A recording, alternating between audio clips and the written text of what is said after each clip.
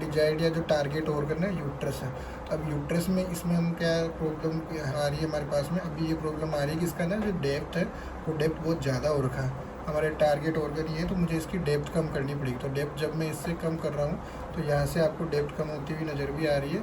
और जब पूरा स्क्रीन का ऑलमोस्ट 75% जब आपका टारगेट ऑर्गन आ जाता है, उसके ऊपर ऑक्यूपाई कर लेता है, तब हमें उसको देखना होता है, तब हम उसको ऑप्टिमाइज्ड इमेज बोलते हैं कि तभी वो अपन उसको अच्छे से बेटर। अब now you can see better uterus को, अब मेरे को यूट्रस देखना है तो यूट्रस में बेटर सी देख पा रहा हूँ क्योंकि मेरा डेप्थ जो है ऑप्टिमम डेप्थ है। ठीक है, पहला सेटिंग जो अपन को देखना होता है हमेशा इसके अंदर डेप्थ को देखना होता है। नाउ तो नेक्स्ट डेप्थ के बाद में हमारे पास में जो दूसरी सेटिंग होती है जिसके लिए हम इमेज ऑप्टिमाइजेशन के लिए ज़रूरी होती है वो होती है फोकल लेंथ। अब फोकल लेंथ कहाँ से देखना होता है, फोकल लेंथ ये वाला ये जो मार्क होता है ना, इसको फोकल लेंथ बोलते हैं। अभी मेरा मार्क जो है ना इस जगह पे फोकल लेंथ, फोकल लेंथ का मतलब होता है कि जो अल्ट्रासाउंड की जो मैक्सिमम वेव होगी ना वो यहाँ पर कॉन्सेंट्रेट होगी, और अगर मैक्सिमम यहाँ पे कॉन्सेंट्रेट होगी तो मेरा जो इमेज सबसे अच्छी इमेज बनेगी ना वो इस एरिया में बनेगी फोकल लेंथ पे। अब इस फोकल लेंथ को मुझे एडजस्ट करना है, तो जिस जगह भी मुझे देखना, सपोज करो कि मुझे एंडोमेट्रियम देखना है, एंडोमेट्रियम यहाँ पे है तो ये वाली मैं अच्छे से नहीं देख पाऊँगा। अगर एंडोमेट्रियम इस जगह बनती क्योंकि फोकल लेंथ यहाँ पर सेट है, या फोकल लेंथ अगर यहाँ हो जाती तो ये एंडोमेट्रियम अच्छी बनती। तो या तो मैं इसको फोकल लेंथ को इस जगह पे ले आऊँ, अभी जो आ रहा है अब इमेज जो हो रही है इसके बराबर ये हमारे को एंडोमेट्रियम के ऊपर मेरे को देखना है, तो ये ऑप्टिमम इमेज बनेगी। या एक तो ये तरीका, या फिर दूसरा तरीका ये है कि हम ऑटो एडजस्ट कर सकते हैं। मशीन पे सेटिंग होती है जिसमें हम फोकस अपने मैनुअली भी फोकस कर सकते हैं कि मुझे कितना चाहिए, फोकस 1 चाहिए। ऊपर आप देख पा रहे हो कि मैं इस पर फोकस 1 2 3 4 5 6 जितना भी मेरे को करना होता है ना मैं उस पर फोकस इस पर डाल सकता हूँ।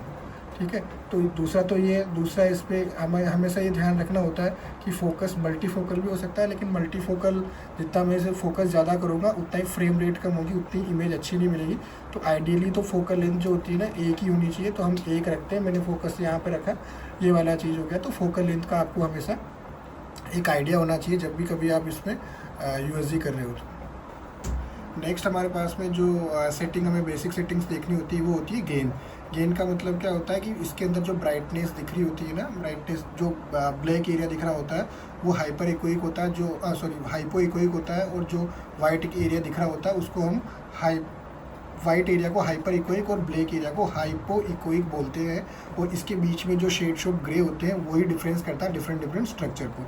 अब इस सेटिंग को देखने के लिए हमारे पास में 2 गेन होते हैं। एक तो ये टाइम गेन होता है, दिखाओ ना, ये वाले जो होते हैं ये टाइम गेन होता है, और दूसरा ये ओवरऑल गेन ये होता है हमारी मशीन में। जो इस ओवरऑल गेन को अगर मैं करूँगा तो आपको पूरा स्क्रीन पे एकदम से वाइट और एकदम से ब्लैक देखना होगा। अगर मैं बहुत ज़्यादा गेन इसका कम कर देता हूँ तो इससे क्या होता है कि ब्लैक हो जाता है, ब्लैक में मुझे स्ट्रक्चर मिस हो सकती है, इसलिए मैं इसे ऑप्टिमम गेन रखूँगा। अगर इससे ज़्यादा भी मैं गेन बहुत ज़्यादा बढ़ा देता हूँ तो हाइपर इकोइक एरिया हो जाता है, और हाइपर इकोइक एरिया में ये वाइट सारी स्ट्रक्चर्स वाइट दिखने लग जाती है। इसमें क्या होता है कि फिर कोई कैल्सिफिकेशन वगैरह जो होता है ना तो वो कैल्सिफिकेशन मिस हो सकता है, इसलिए हमें बहुत ज़्यादा नहीं करना। ओवरऑल गेन क्या करेगा, पूरे एरिया को, पूरी जो मेरी स्कैनिंग एरिया होता है ना उसका गेन को बढ़ाएगा। तो मुझे जो डिफरेंट शेड्स ऑफ ग्रे जो होता है, बीच वाले जो शेड्स होते हैं वहाँ पे मुझे इसको ओवरऑल गेन को सेट करके रखना होता है। इसके अलावा एक टाइम गेन और होता है। टाइम गेन का मतलब ये होता है कि ये वाला जो बटन होता है आपका, नॉब होती है, वो जो फिल्म के जो यहाँ ऊपर जो एरिया आता है इस ऊपर वाले एरिया के लिए रिस्पॉन्सिबल होती है, और ये वाली जो होती है नीचे वाले एरिया के लिए रिस्पॉन्सिबल होती है।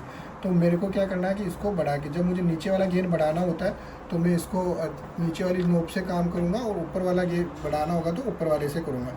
तो मुझे देखना होता है इसमें क्या होता है एक्चुअली में कि हमारी साउंड वेव जब ट्रेवर्स पूरा वो नीचे से ऊपर से नीचे तक जाती है, फिर वापस वो रिफ्लेक्ट होकर अपने प्रोब के पास आती है, रिसीव होती है, उसी पर हम ये इमेज बनाते हैं। तो ये वाला जो नीचे वाला एरिया होता है ना वो ब्लैक कलर का दिखता है क्योंकि उनकी इंटेंसिटी सबसे कम हो जाती है वहाँ जाते जाते। तो इसका थोड़ा सा बढ़ा के रखना होता है और ऊपर वाले को थोड़ा कम करके रखना होता है। इस तरह की हमें सेटिंग करनी होती है, तब जाके गेन जो होता है वो ऑप्टिमल गेन में आ जाता है। एक सेटिंग और होता है जूम का मतलब क्या होता है, जूम और डेप्थ में लोग ज़्यादातर कंफ्यूज हो जाते हैं। जूम जो करता है, सपोज मैंने अभी ये डेप्थ रखी हुई है, ये फोकल एरिया रखा हुआ है, और यहाँ पे मेरा कोई सिग्निफिकेंट कलेक्शन सा दिख रहा है या कोई भी पैथोलॉजी अगर मुझे यहाँ दिख रही है, तो अब मैं क्या कर सकता हूँ, इसको जूम कर सकता हूँ। जूम करने के लिए मुझे क्या करना है, मुझे इसको मेरे को करना है फ्रीज़ करने के बाद मेरे पास ऑप्शन आता है जूम का। तो जूम जैसे ही मैं करूँगा ये एरिया केवल और केवल जो इमेज होती है उसको जूम करता है। जूम का मतलब ये हो रहा है कि उसके पिक्सल जो होते हैं उनको एनलार्ज कर देता है, पिक्चर क्वालिटी थोड़ी कम हो जाती है, लेकिन मैन्युअली हम उसको नेकेड आई से अच्छे से देख सकते हैं। ठीक है, ये इस वजह से ये यहाँ पर इस एरिया को मैं फोकस करके बनाऊंगा। ये जूम, इसने टोटल एरिया को जूम कर दिया बस केवल, ये यू कैन सी, बस टोटल एरिया को जूम कर दिया। न्यूअर मशीन्स में एक और सेटिंग होती है, ये मशीन थोड़ा वैसे उसमें HD जूम होता है जो पर्टिकुलर एरिया को ही जूम करता है, टोटल एरिया को जूम नहीं करता है। नेक्स्ट, एक जूम और डेप्थ को समझने के लिए मैं आपको एक वीडियो बता रहा हूँ। इस वाले वीडियो में जूम और डेप्थ के बारे में कैसे, सपोज करो ये हमारा टारगेट एरिया है, इस जगह मुझे देखना है। दो तरीके से मैं इस एरिया को देख सकता हूँ। पहला है तो एक तो ये है कि मैं इसकी डेप्थ को बढ़ाता हूँ, डेप्थ को कम कर रहा हूँ। जैसे मैं डेप्थ को कम कर रहा हूँ, इस एरिया पर मैंने फोकस पे लेके आ गया, ये मेरा फोकल लेंथ है और इस एरिया को मैं फोकस पे लेके आ गया।